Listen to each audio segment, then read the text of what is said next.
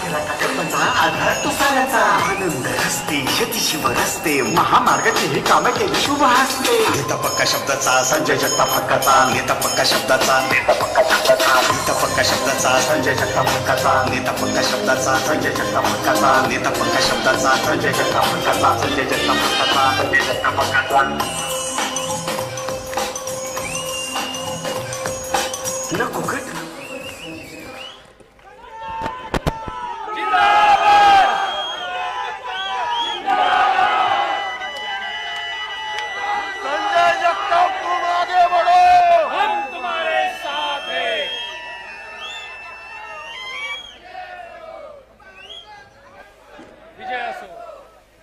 नमस्कार। आज पुरंदर हवेलीच्या जनतेची आणि या ठिकाणी उपस्थित आपणा सर्वांची परवानगी घेऊन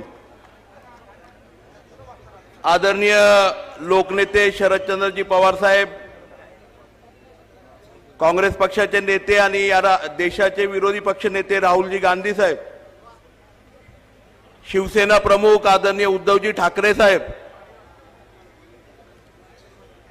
आदरणीय माजी मुख्यमंत्री केजरीवाल साहेब, या सर्वच महाविकास आघाडीच्या घटक पक्षांच्या मान्यतेने काँग्रेस पक्षाच्या वतीने आपण सर्वांनी परवानगी दिल्यानंतर आपल्या बारामती लोकसभेच्या लोकप्रिय कार्यक्षम संसदरत्न खासदार आदरणीय सुप्रियाताईंच्या उपस्थितीमध्ये आपणा सर्वांच्या बरोबर पुन्हा एकदा आपल्या सगळ्यांचा लोकप्रतिनिधी म्हणून लोकांच्या समोर महाविकास आघाडीचा एक घटक म्हणून त्या ठिकाणी जाण्यासाठी आज हा फॉर्म भरून आज आपल्या सगळ्यांच्या समोर आपल्या सगळ्यांना विनंती करण्यासाठी, आपल्या सगळ्यांना नमन करण्यासाठी या ठिकाणी आम्ही उपस्थित आहोत। या ठिकाणी उपस्थित असलेल्या मंचकावरती आपल्या सगळ्यांच्याच कार्यक्षम लाडक्या खासदार आदरणीय सौ सुप्रियाताई सुळे, माझ्या अगोदर ज्यांनी आपल्याला संबोधित केलं ते राज्याचे माजी मंत्री, आमचे मार्गदर्शक आदरणीय बाळासाहेबजी शिवरकर साहेब, मंचकावरती या ठिकाणी उपस्थित असलेले ज्यांनी माझ्या अगोदर या ठिकाणी संबोधित केलं ते जिल्हा परिषदेचे माजी सदस्य आदरणीय सुदामाप्पाजी इंगळे, या ठिकाणी उपस्थित तालुका राष्ट्रवादी काँग्रेसचे अध्यक्ष आदरणीय माणिकरावजी झेंडे पाटील साहेब, काँग्रेस पक्षाचे तालुक्याचे अध्यक्ष आदरणीय प्रदीपांना, महिला काँग्रेसच्या अध्यक्षा गौरीताई असतील, कोलते काकी असतील, त्याचप्रमाणे आपल्या जिल्ह्याचे शिवसेनेचे उपनेते उल्हासजी शेवाळे, शिवसेना नेते राजेंद्रजी जगताप, त्याचप्रमाणे जिल्ह्याच्या महिला अध्यक्षा आदरणीय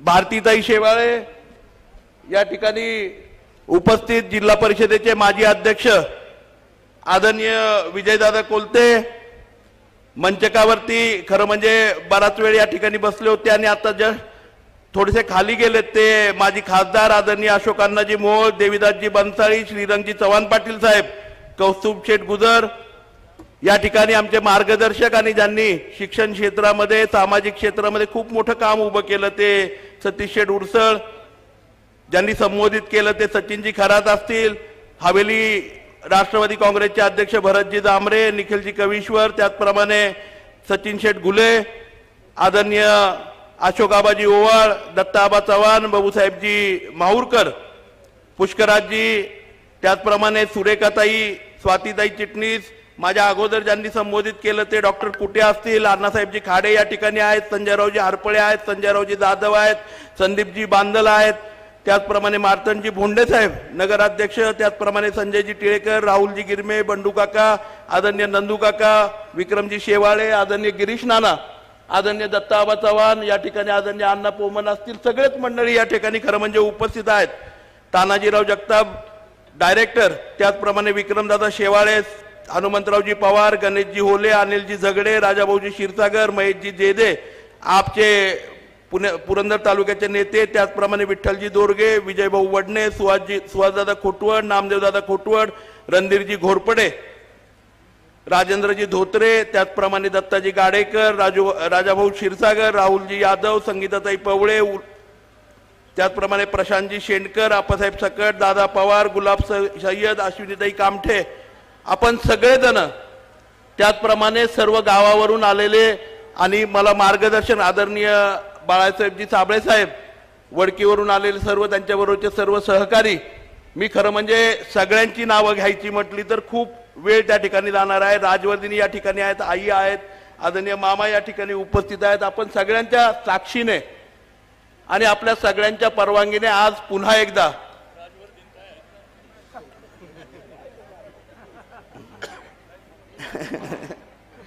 आपल्या सगळ्यांच्या साक्षीने आज पुन्हा एकदा आपण लोकप्रतिनिधी होण्यासाठी फॉर्म भरलाय. खरं म्हणजे आपण 2019ला प्रचंड बहुमताने आपण सगळ्यांनी मतपुरूपी आशीर्वाद दिले आणि विधिमंडळाचा आपला पुरंदर तालुक्याचा प्रतिनिधी म्हणून मला त्या ठिकाणी पाठवलं. पहिले 2 महिने आमचे सरकार बनवण्यामध्ये गेले.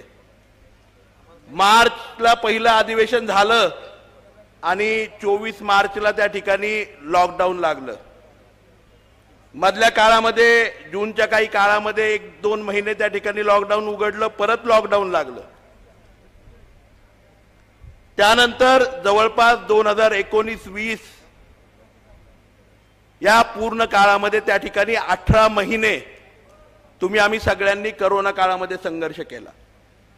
त्या काळामध्ये अनेक व्यक्ती, अनेक व्यक्तिमत्व या ठिकाणी उपस्थित, आदरणीय सुप्रियाताई सुळे, मला आठवतंय आपल्या पुरंदर तालुक्यातल्या आजही पुरंदर हवेलीमधल्या 300 पेक्षा जास्त परिवारातील मुलं आणि मुली ह्या जगातल्या वेगवेगळ्या देशांमध्ये त्या ठिकाणी नोकरीच्या निमित्ताने, शिक्षणाच्या निमित्ताने वेगवेगळ्या देशांमध्ये काम करतायत, वेगवेगळ्या राज्यांमध्ये काम करतायत.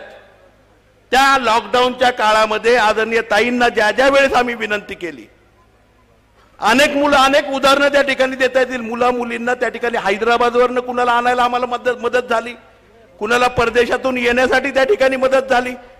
अनेक लोकांना सुरुवातीच्या काळामध्ये आपणही सगळे अंधारात होतो, आर्सेनिक अल्बम सारख्या गोळ्या आपण त्या ठिकाणी पोचवल्या, सगळ्या गोष्टी केल्या. दुर्दैव असं आहे, काही मंडळींनी, आम्ही कधी त्याचा व्यापार नाही केला, आम्ही त्याचं कधी भांडवल नाही केलं, परंतु काही मंडळींनी काल टीका करताना त्या ठिकाणी सांगितलं की लोकांचे पैसे गोळा केले आणि त्या ठिकाणी मदत केली.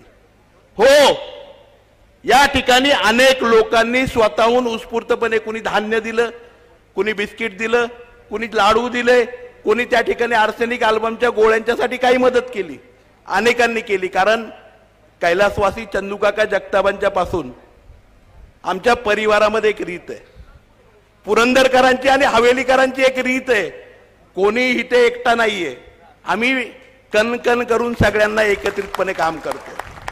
आपण सगळ्यांनी आज छत्रपती शिवाजी महाराजांच्या पुतळ्याला त्या ठिकाणी अभिवादन केलं,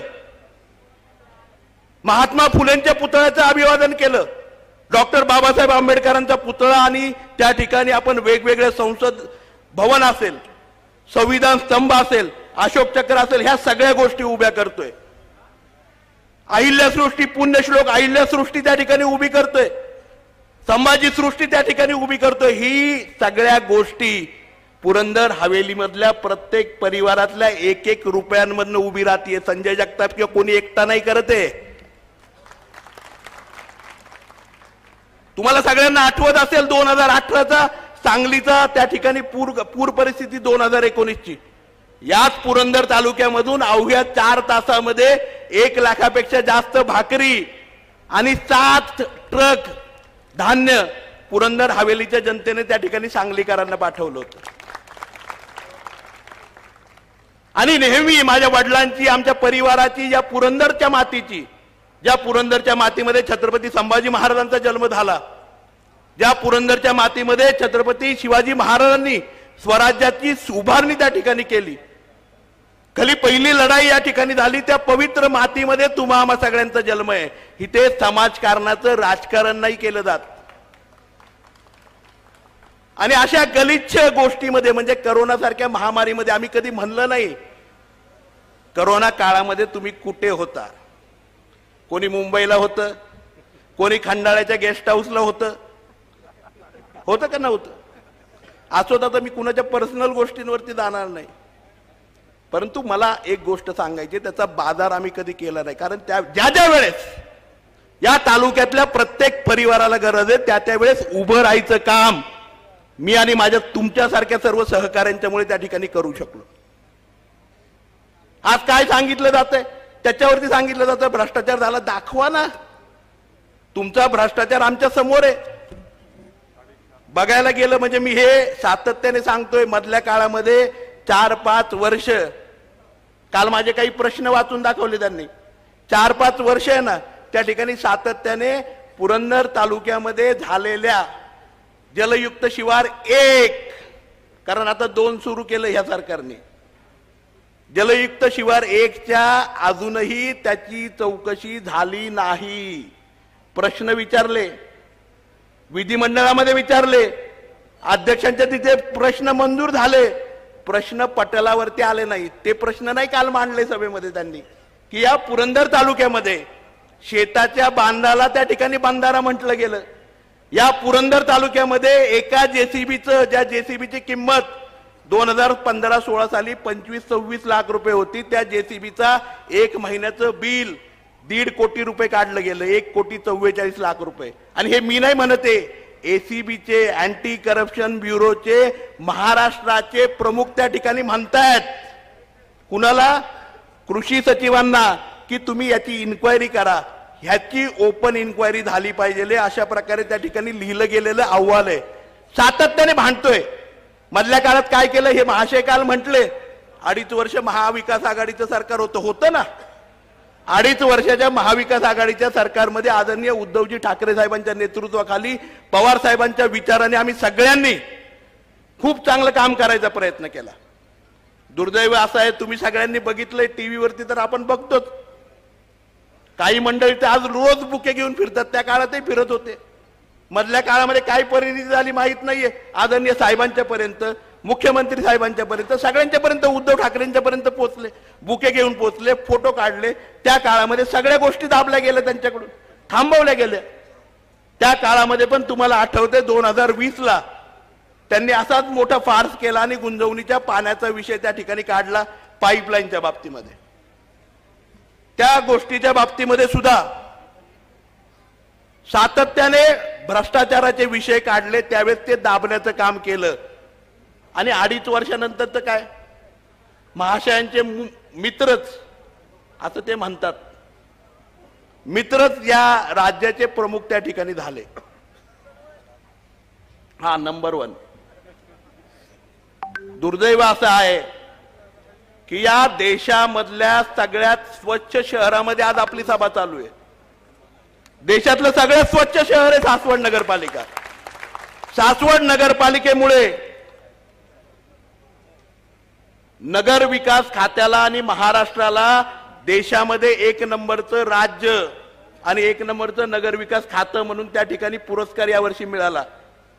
आदरणीय मुख्यमंत्री महोदयांना वेळ नाही मिळाला, मुख्यमंत्री महोदयांना शब्द काढायलाही वेळ नाही मिळाला की सासवड खरोखर सगळ्यात स्वच्छ आहे.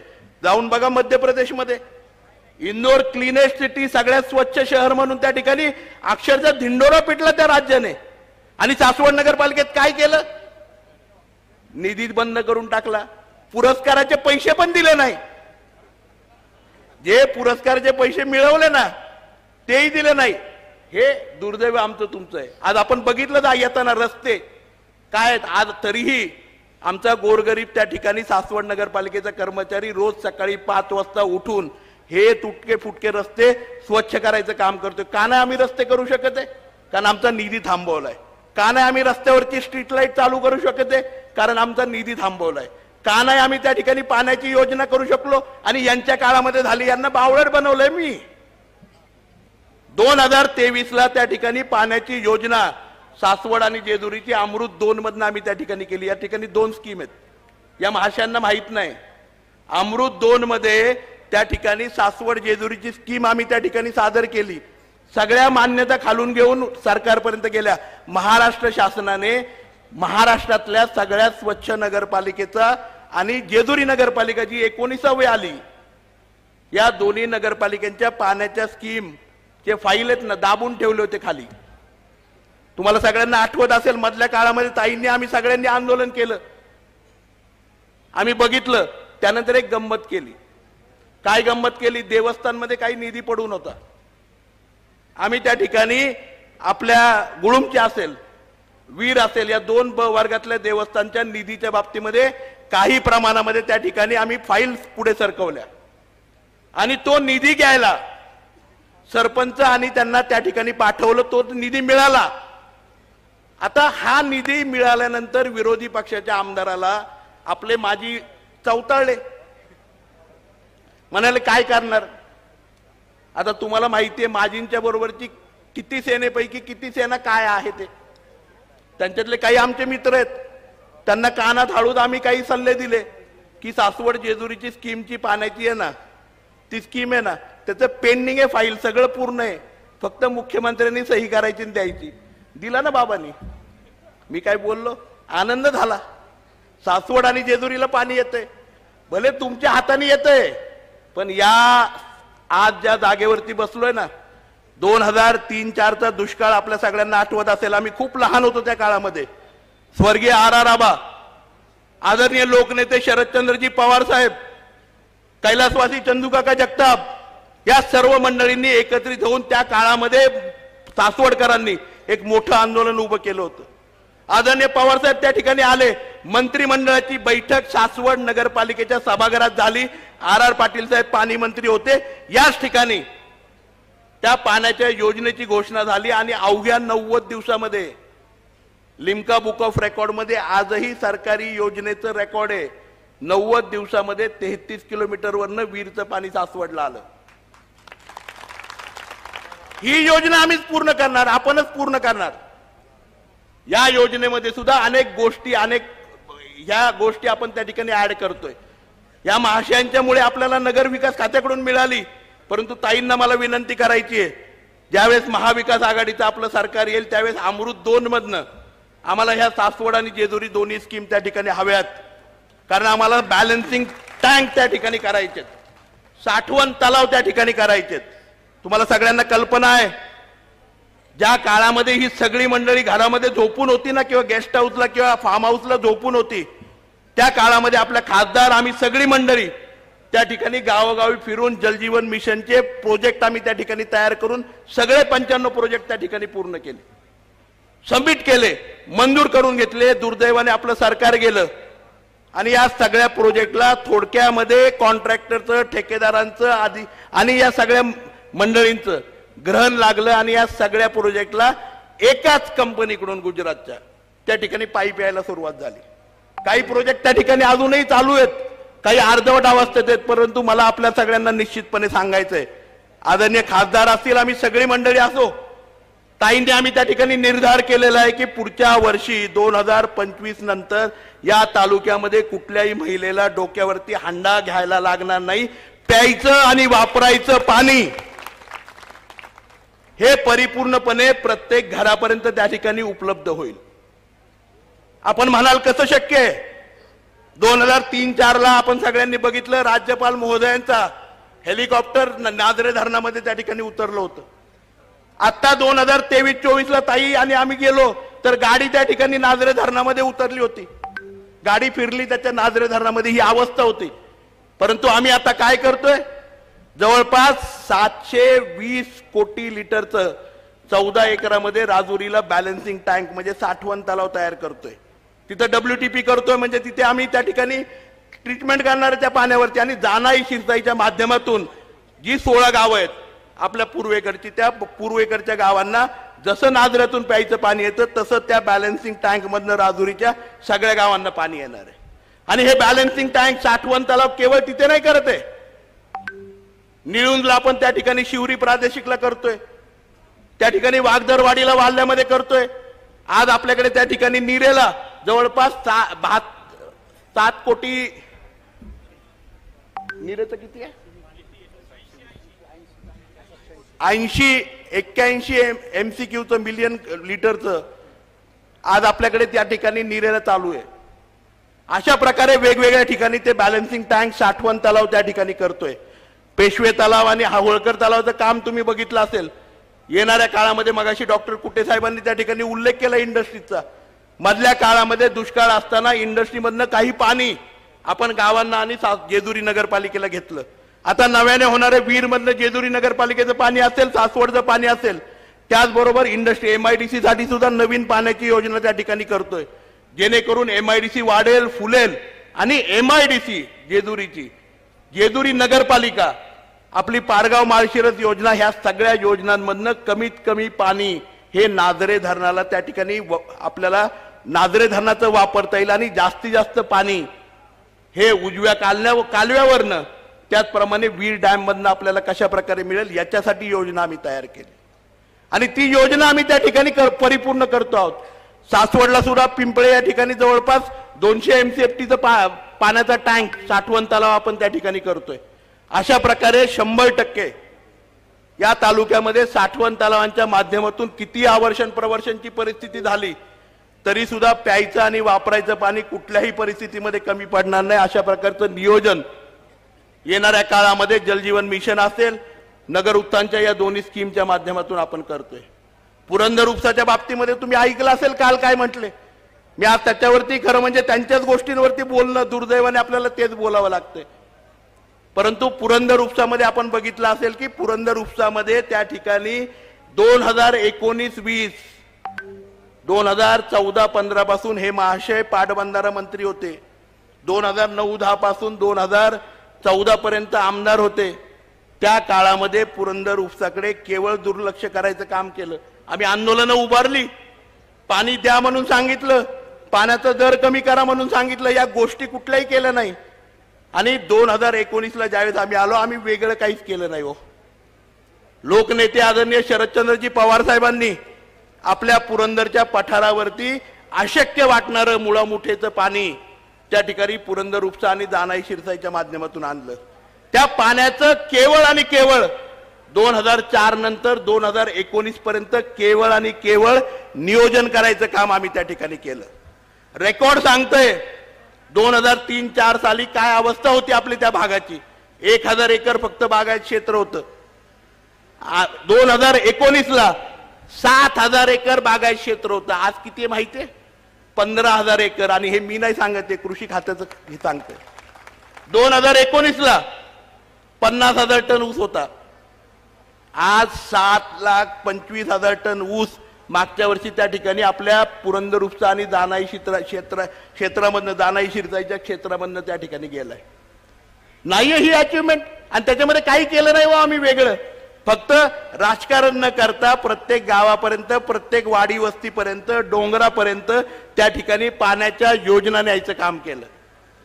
आदरणीय ताईंच्या माध्यमातून अटल भूजल योजनेमध्ये पूर्ण पैसे त्या ठिकाणी होते, त्यांना अर्धवट थांबवलं, पूर्ण नाही करायचं म्हटलं, जेवढं झालं तेवढंच करायचं. आता आम्हाला सवय आहे, एखादं 2 किलोमीटरचं काम असेल तर आणि 400 मीटर राहत असेल तर आम्ही कॉन्ट्रॅक्टरला सांगतो बाबा तेवढं करून द्या, आणि तेही करतात. ह्यांनाच ती सवय नाही ना. तुम्हाला माहितीये का नाहीये ते. आणि त्यामुळे मला आपल्या सगळ्यांना सांगायचंय, आज हे आपल्याकडे एक बोट दाखवतायत, 4 बोट त्यांच्याकडे आहेत. आज मोठ्या फुशारकीने म्हणतायत मावडीचे 2400 एकर त्या ठिकाणी आम्ही MIDC मधून काढलं. का नाही हो नावळीचं काढलं? आज तुम्ही दोन्ही माझी एका स्टेजवरती होता ना, तुमचे 7 बार आहेत ना त्या ठिकाणी. आज ऍफिडेव्हिट मध्ये पण असतील मला वाटते, उद्या बघूत आपण. आज त्यांचे 7 बार आहेत ना. नावळी काढायला पाहिजे होती. आज मावडी पिंपरीसाठी आम्ही झगडा केला. सर्वसामान्य शेतकऱ्याला आज बघितलं असेल मावडी त्या ठिकाणी मावडी कपमध्ये पुरंदर उपसाचं पाणी आदरणीय ताईंच्या माध्यमातून, शरदचंद्रजी पवार साहेबांच्या माध्यमातून आल्यावर काही प्रमाणामध्ये बागायत झालंय. उद्याच्या काळामध्ये निश्चितपणे चांगलं बागायत होतंय. पुरंदर उपसामध्ये आज 48 कोटी रुपये मंजूर झाले. मध्ये काय म्हटले, पैसेच खाल्ले. हे सगळे पैसे खाल्ले नाही, अजून 1 रुपया त्यातला खर्च नाही केलेला. 1 रुपया नाही खर्च केला. त्याचं टेंडर प्रोसेस केली आहे, ऑडिट करतो. ह्या महाशयांनी काय केलं ताईंना माहिती आहे. आम्ही सांगितलं ज्यावेळेस लोकसभेचा निकाल लागला सगळे टेंडर आणि सगळे कॉन्ट्रॅक्टर बदलून टाकले आणि त्या ठिकाणी गुजरातचा कॉन्ट्रॅक्टर पुरंदर उपसामध्ये आणला. 10 जूनला बंद झालेली पुरंदर उपसाची स्कीम आजही कुठेतरी एक पंप चालू होतोय आणि ते बंद होते.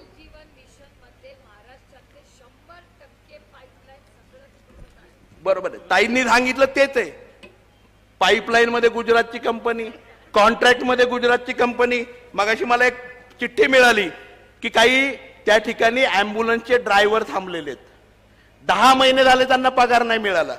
कशामुळे? कारण या महाराष्ट्रात 80% कर्मचारी हा कॉन्ट्रॅक्ट वरती आहे. काल परवा मी पवार साहेबांच्या सभेमध्ये एक उदाहरण दिलं.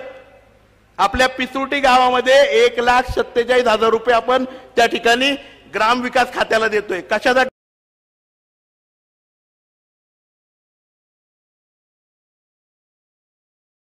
देतोय? ऑपरेटर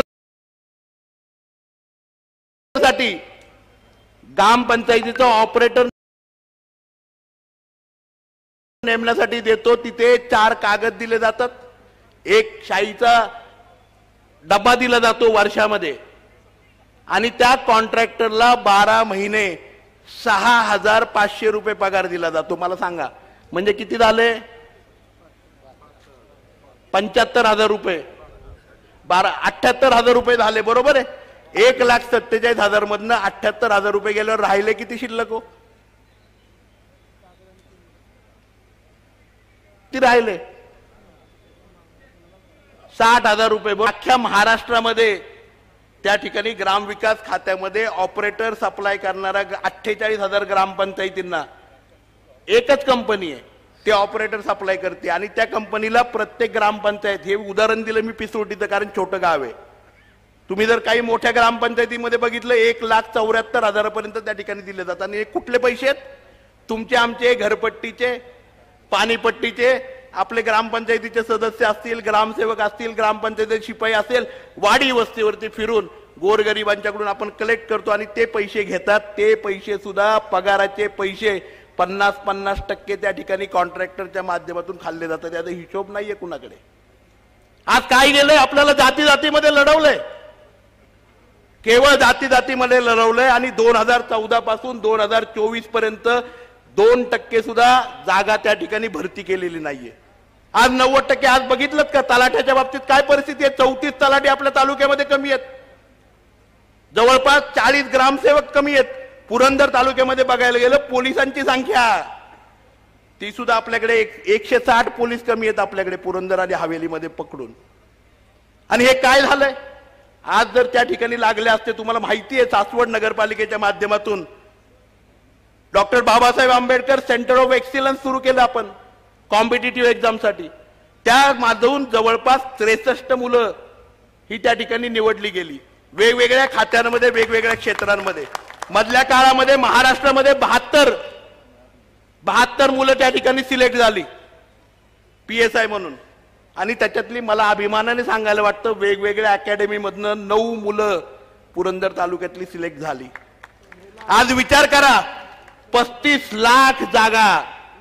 आज जो तलाठी आपल्याला पैसे मागतो ना, का मागू शकतो? कारण ना एका तलाठ्याकडे 4 गाव आहेत, त्याला वेळच नाही ना. आहे का वेळ? त्या ठिकाणी ग्रामसेवकाची तीच अवस्था आहे.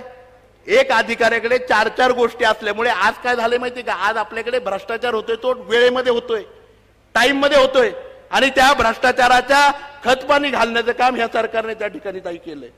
उद्याच्या काळामध्ये मला ताईंना विनंती करायची, महाविकास आघाडीच्या माध्यमातून आज तुम्ही बघितलं असेल 73 परिवार आपल्या तालुक्यातले त्या नोकरीमुळे उभे राहिले. एक मुलगा जर निवड झाली ना त्याची, तर त्याच्याबरोबर 10 कुटुंब उभी राहतात. का कुटुंब उभी राहतात? त्याचं स्वतःचं कुटुंब उभं राहतं.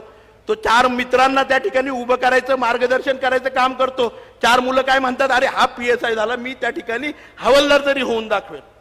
त्या गावातले 10 मुलं त्या ठिकाणी तयार होतात आणि अशा प्रकारे निश्चितपणे वाढत जातं. उद्या विचार करा, जर एकूण संख्येच्या 3% मुलं जर आपल्या पुरंदर हवेलीमधली त्या ठिकाणी सिलेक्ट होत असतील, 35 लाख मुलांची जर भरती या महाराष्ट्रामध्ये मुला मुलींची झाली, तर 3% प्रमाणे मला वाटतंय आपल्या पुरंदर तालुक्यातला माणूस जसा आज प्रत्येक खात्यामध्ये तसा प्रत्येक क्षेत्रामध्ये त्या ठिकाणी झालेलं दिसेल आणि सक्षमपणे दिसेल. आज बेरोजगारी वाढायचं कारण ते कारण यांच्या भ्रष्टाचारामुळे आणि सगळ्या ठिकाणी या कॉन्ट्रॅक्टच्या माध्यमातून काय करतात, कुणाला 25,000 पगार आहे 12,000 द्या, कुणाला 20,000 पगार आहे 18,000 द्या, अशा सगळ्या गोष्टी होत आहेत.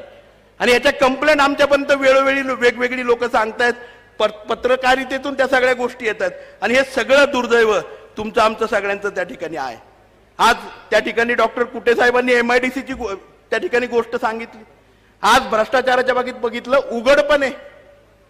अहो काही महाशय तर आज तुम्ही बघितलं असेल किती पक्षांचे AB फॉर्म हो आणि म्हणे की मी माझं तिकीट दिल्लीला जाऊन कापलं गेलं. अरे माझ्या मागे शरदचंद्रजी पवार साहेबांचा हात आहे. माझ्या खांद्याला खांदा लावून माझी बहीण आदरणीय सौभाग्यवती सुप्रियाताई सुळे त्या ठिकाणी उभ्या आहेत. म्हणे तिकीट कापलं आणि मागता तरी कुणाला कुणाला हो. तुम्ही आम्ही सगळ्यांनीच तमाशा बघितला आणि काय म्हणतात कॅरेक्टर चेक केलं पाहिजे. माझं कॅरेक्टर चेक करताय, तुमचं कॅरेक्टर जर बघितलं आणि दाखवलं तर मला सांगा ना. आता काही पत्रकार मंडळी काही मित्र आमचे या तालुक्यातले त्यांच्या नावापुढे ATM लावतात.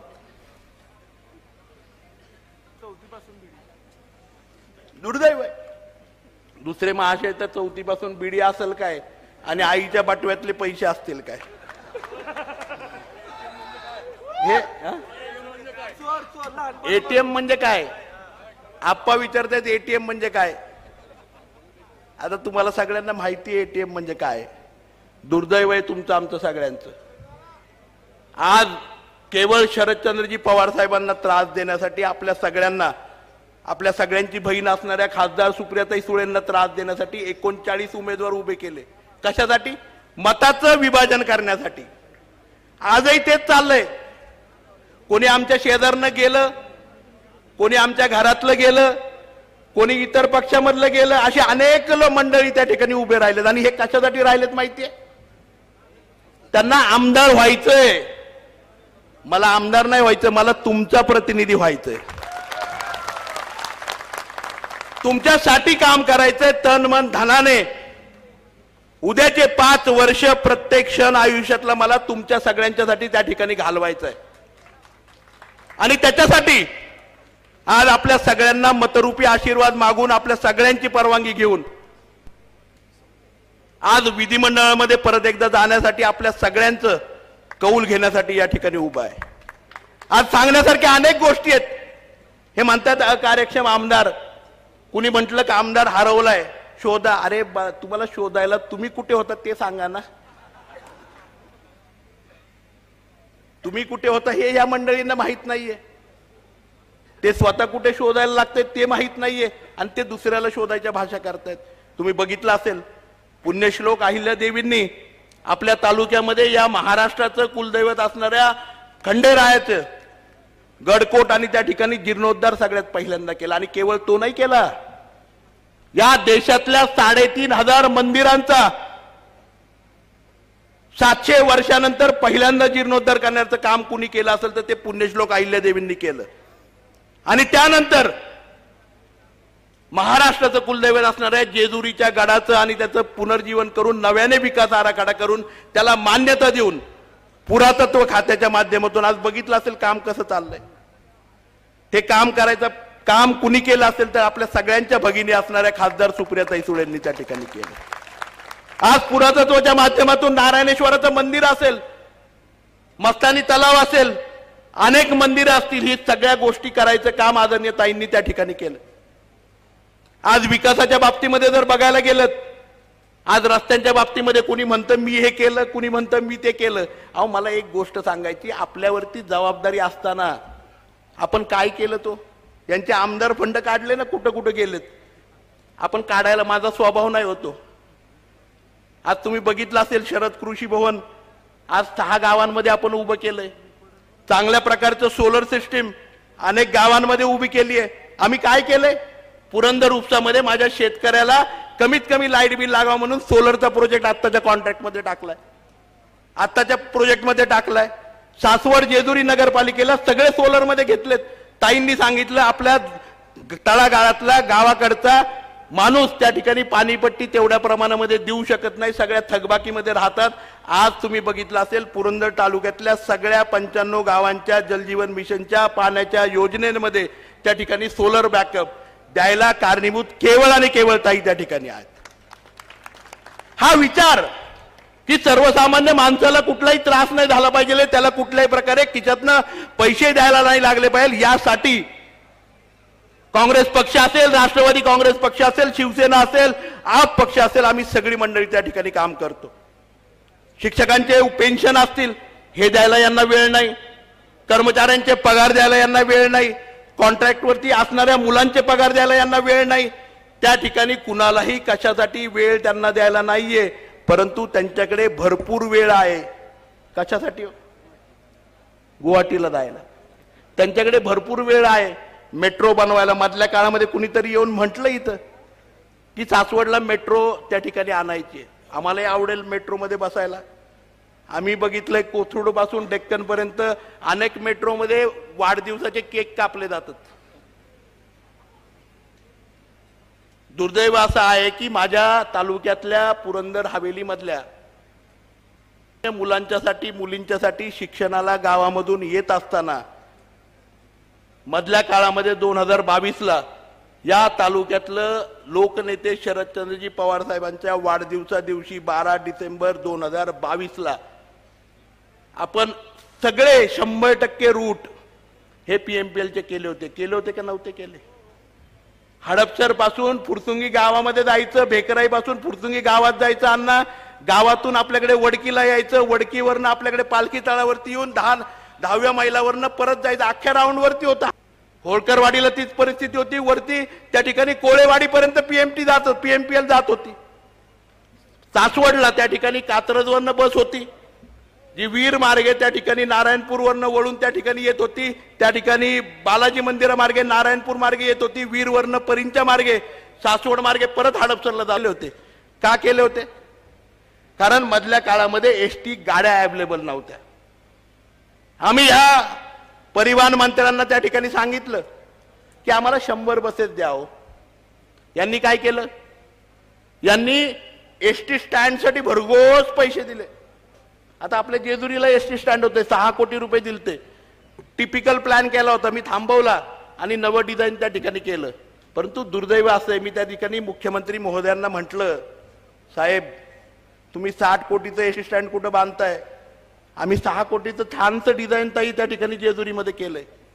परंतु आज आम्हाला ST स्टँड नकोय, आम्हाला ST गाड्या हव्या आहेत, ज्या मुक्कामाच्या ठिकाणी माझ्या कालदरीतल्या मुलींच्यासाठी जातील, पोंड्यातल्या मुलींच्यासाठी जातील, रिसेपिसेच्या मुलींच्यासाठी जातील, सर्वसामान्य शेतकऱ्याला तालुक्याच्या गावापर्यंत त्या ठिकाणी शाळेच्या पर्यंत कॉलेजपर्यंत येण्यासाठी त्या STचं नेटवर्क त्या ठिकाणी होतं. काय बेगडी आहे? यांनी काय केलं? यांनी गोठे बांधले, गोठ्यांच्यासाठी पैसे दिले आणि काय केलं? मोठमोठे गोठे बांधून ठेवत नाही रे बाबा. दूध तर गाई म्हैसच देते ना, गाई म्हैस द्या ना सर्वसामान्य शेतकऱ्याला. गोठा देऊन आम्ही काय करणार आहे? त्या गोठ्यामध्ये दूध जर कलेक्ट करायचं, त्या ठिकाणी उत्पन्नाचं साधन करायचं, तर ह्या सगळ्या गोष्टी केल्या पाहिजेत ना. सांगण्यासारख्या अनेक गोष्टी आहेत. आज RTO सेंटर बघितलं असेल दिव्यामधलं 2019-20ला आपण पुरंदरमध्ये MH12चं सगळं कमर्शियल पासिंग आज त्या ठिकाणी दिव्याला यायला लागलं. याच्यामुळे जवळपास 15,000 पेक्षा जास्त लोक गाडीच्या रजिस्ट्रेशनच्या निमित्ताने रोज दिवे पंचक्रोशीमध्ये येत आहेत. हे काम आहे. माइलस्टोन प्रोजेक्ट याला म्हणतात. आम्ही कधी त्याचा बाजार नाही मांडला किंवा त्याचं कधी क्रेडिट नाही घेतलं. आज तालुक्यामध्ये ऊसाचं क्षेत्र वाढलं असताना आम्ही त्या ठिकाणी निर्णय घेतला आणि दौंडच्या जवळच आपल्या तालुक्याला लागून असणाऱ्या एका कारखान्याचा घ्यायचा निर्णय त्या ठिकाणी केला. हे महाशय पहिल्यांदा काय म्हटले? अशी कारखाना होत नाही, मी प्रायव्हेट कारखाना केला. तुम्ही प्रायव्हेटच करता हो, आणि तुमच्या बरोबरचे सगळेच प्रायव्हेट करतात. त्यांना प्रायव्हेटच लागतंय, प्रायव्हेट लिमिटेड. कुणालाही मतं मागायला नको, कुणालाही विचारायला नको, कुणालाही सांगायला नको. तुम्ही बघता आता गेली 2.5 वर्ष सासवड नगरपालिकेला नगरसेवक नगराध्यक्ष नाही, जेजुरीला नाही, पुणे महानगरपालिकेला नाही. आता काय आहेत माहितीये का? नियुक्त नगरसेवक सचिन शेटला माहिती आहे, संदीप शेटला माहिती आहे, बरोबर ना. नियुक्त नगरसेवक काय अपॉइंटेड. नशीब आपलं चांगलं आहे. पुरंदर तालुक्याने या बारामती लोकसभेने ताईंच्या सारखा एक सक्षम खासदार आपण सगळ्यांनी निवडून दिला. महाराष्ट्राने खऱ्या अर्थाने इंडिया आघाडीला ताकद दिली आणि या देशामध्ये सक्षम असा विरोधी पक्ष उभा राहिला. म्हणूनसाठी भारतरत्न डॉक्टर बाबासाहेब आंबेडकरांनी दिलेलं संविधान त्या ठिकाणी वाचलं. नाहीतर आज आहे ना ही निवडणुकीची सभा झाली नसती हो. हिते ना अपॉइंटेड नियुक्त आमदार झाला असतं. फक्त काय झालं असतं माहिती का, आजच्या सारखं एबी फॉर्म कुणाला द्यायचं ना तसं नियुक्त पत्र किती द्यायचे. मग आहे ना एक 30-40 तरी आमदार नियुक्त केले असते आपण. हे दुर्दैव आहे खरं म्हणजे या देशाचं. आज यांना लोकांचं आणि सर्वसामान्य माणसाचं काही देणं घेणं नाहीये. आज यांना काय वाटतं की मतं विकत मिळतात. आज यांना काय वाटतं की सगळ्या गोष्टी विकत घेता येतात. पॅकेज आम्ही देतो ना पॅकेज. 1500 रुपयाचं महिलांना पॅकेज दिलं, कुणाला साड्या दिल्या, आम्ही केलं ना. या तालुक्याचे माजी मंत्री या तालुक्याचे आपले लोकनेते आदरणीय दादासाहेब जाधवरावांनी रेशीम केंद्र उभं केलं होतं 1994-95. खूप चांगलं चाललं होतं. 2004 नंतर त्याचं खंडर झालं होतं. ते आम्ही परत एकदा ताईंच्या मागे लागून त्या ठिकाणी ते रेशीम केंद्राचं पुनर्जीवन केलं. कशासाठी केले माहितीये, कारण सध्या ना आपल्या तालुक्यात साड्या खूप येत आहेत. आम्ही म्हटलं चला एक चांगला धंदा आहे, आपल्या शेतकऱ्यांना तुतीचं उत्पादन करायला लावू. आज हेक्टरी जवळपास 6,20,000 रुपये उत्पन्न मिळतंय. आणि उद्याच्या काळामध्ये 2 वर्षानंतर ह्या सगळ्यांना ना ज्यांना साड्या वाटायच्यात आणि ज्यांना धोतर वाटायच्यात ना त्यांनी आता पैठणी नाही आणायची येवल्याची, पुरंदरची पैठणी आमच्या रेशीम केंद्रामधली. आणि पुरंदरचं धोतर आणि टोपी पण आम्ही तुम्हाला देऊ, जी आमच्या शेतकऱ्याच्या तुतीच्या रोपापासून निघालेल्या सुताची. हे आम्हाला करायचंय. आज आदरणीय या ठिकाणी उडसळ साहेब बसलेले आहेत. 2016ला जिओ टॅगिंगच्या माध्यमातून सीताफळाचं अंजिराचं आपल्या तालुक्यामध्ये त्या ठिकाणी केलं गेलं. रोहन दादांनी त्या ठिकाणी पुढाकार घेतला. शरदचंद्रजी पवार साहेबांच्या मार्गदर्शनाखाली प्रोड्युसरची एक कंपनी उभी केली आणि खूप चांगलं काम त्या ठिकाणी उभं केलं. या महाशयांना 2019 पर्यंत मंत्रिपदाच्या झापडीमध्ये माहीतच नव्हतं की अंजिराचं जिओ टॅगिंग. आम्ही काय केलं, सीताफळ राहिलं होतं, सीताफळाचं जिओ टॅगिंग त्या ठिकाणी करून घेतलं. त्याच्यासाठीची प्रोसेस सुरू केली. ताईंच्या मागे फॉलोअप करतोय आणि मला खात्री आहे 2025 फेब्रुवारीमध्ये आपल्या पुरंदर तालुक्याला बीड प्रमाणे पुन्हा एकदा अंजिरा बरोबर सीताफळाचं जिओ टॅगिंग. आदरणीय दादासाहेब जाधवराव असताना या ठिकाणी कृषी उपाध्यक्ष कृषी संशोधनचे असताना, विजय संशोधनचे असताना त्यांच्या काळामध्ये त्या ठिकाणी आपले खैरे साहेब, डॉक्टर खैरे साहेबांच्या माध्यमातून अनेक मदर प्लांट सीताफळाचे आणले गेले, प्रयोग केले गेले. तिथं आपण कसं आवड पसरलं होतं. तिथे आम्ही प्रचंड सीताफळ इस्टेटचा प्रोजेक्ट त्या ठिकाणी असा आहे की 2007-8 पासून आहे ना सर्वसामान्य शेतकऱ्यांचे लाईटचे कनेक्शन हेही दिले गेले नव्हते. मावडी कपा असेल, नायगाव असेल, अनेक भागांमध्ये डीपीला सुद्धा आहे ना त्या ठिकाणी डीपी आपला असतो ना लाईटचा डीपी, शेतकऱ्याचे पैसे एकत्र केले जायचे, घेतले जायचे का नाही जायचे. ते शेतकऱ्याचे पैसे त्या उपोषणामुळे परत मिळाले. भ्रष्टाचाराचे पैसे आम्ही ओढून खिशातनं काढले. आणि हे कोण होते माहितीये, अधिकारी नव्हते केवळ, अनेक एजंट पण होते ना.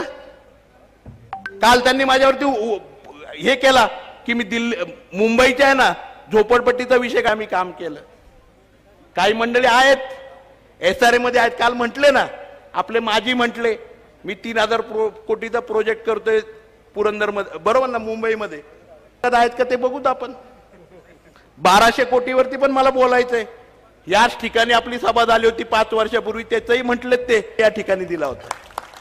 आज दुर्दैव असं आहे हो, यांना कसलेच पैसे पुरत नाही, कॉन्ट्रॅक्टरचे नाही, चुकीच्या गोष्टींचे नाही, काय काय करतात आम्हाला सांगायची गरज नाहीये. आणि मला त्याच्यावरती बोलायचं आणि आपले शब्दही खराब करायचे नाहीत. आज मोठ्या संख्येने सकाळी 11 वाजल्यापासून तुम्ही सगळेजण उपस्थित आहात. आज आपल्या सगळ्यांनी मनस्वी मला त्या ठिकाणी खूप मोठं विश्वास आपल्या उपस्थितीमुळे दिलाय.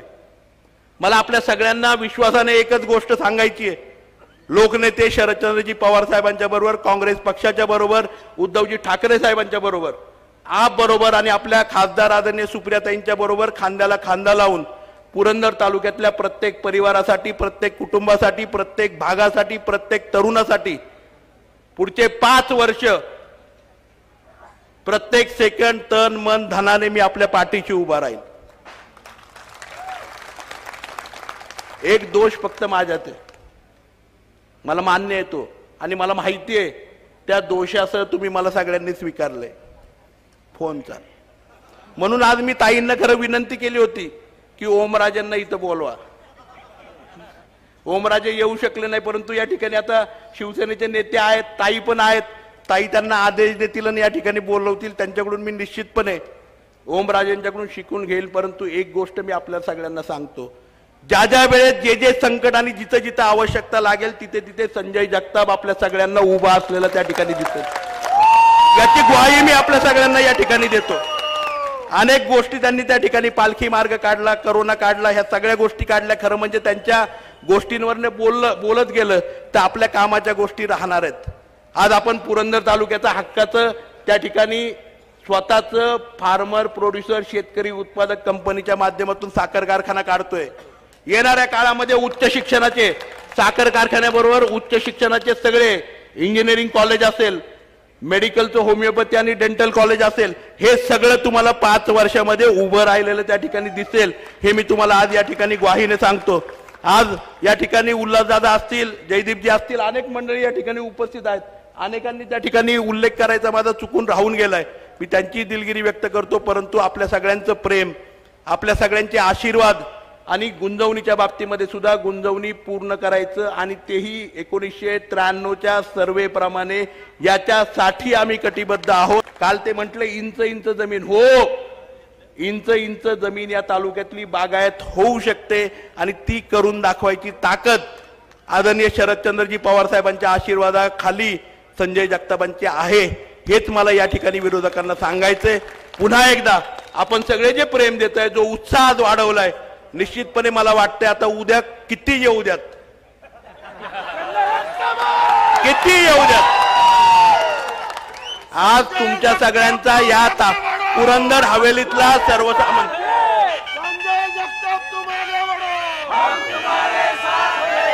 बराच वेळ झालाय. बोलण्यासारख्या अनेक गोष्टी येणाऱ्या काळामध्ये मी आपल्या सगळ्यांशी बोलेल. परंतु आपल्या सगळ्यांना कळकळीने एक विनंती करायची आहे. खोटा अपप्रचार मोठ्या प्रमाणावरती होतोय, पॅकेजच्या भाषा होत आहेत, एटीएमच्या गोष्टी होतात, आता उमेदवार पॅकेजनी घेण्याच्या गोष्टी होत आहेत, तिकीट विकली जात आहेत. पीएमटीची नाही बरं का, किंवा पिक्चरची पण नाही. आज त्यामुळे ना महाराष्ट्रातल्या जनतेने आणि विशेषतः पुरंदर हवेलीच्या जनतेने सावध राहण्याची गरज आहे.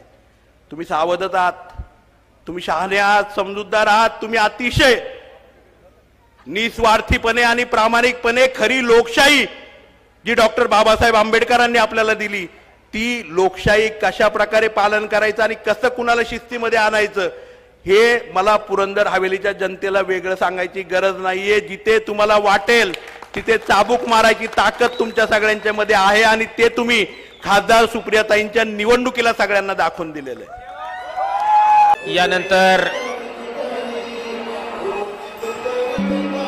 नमस्कार.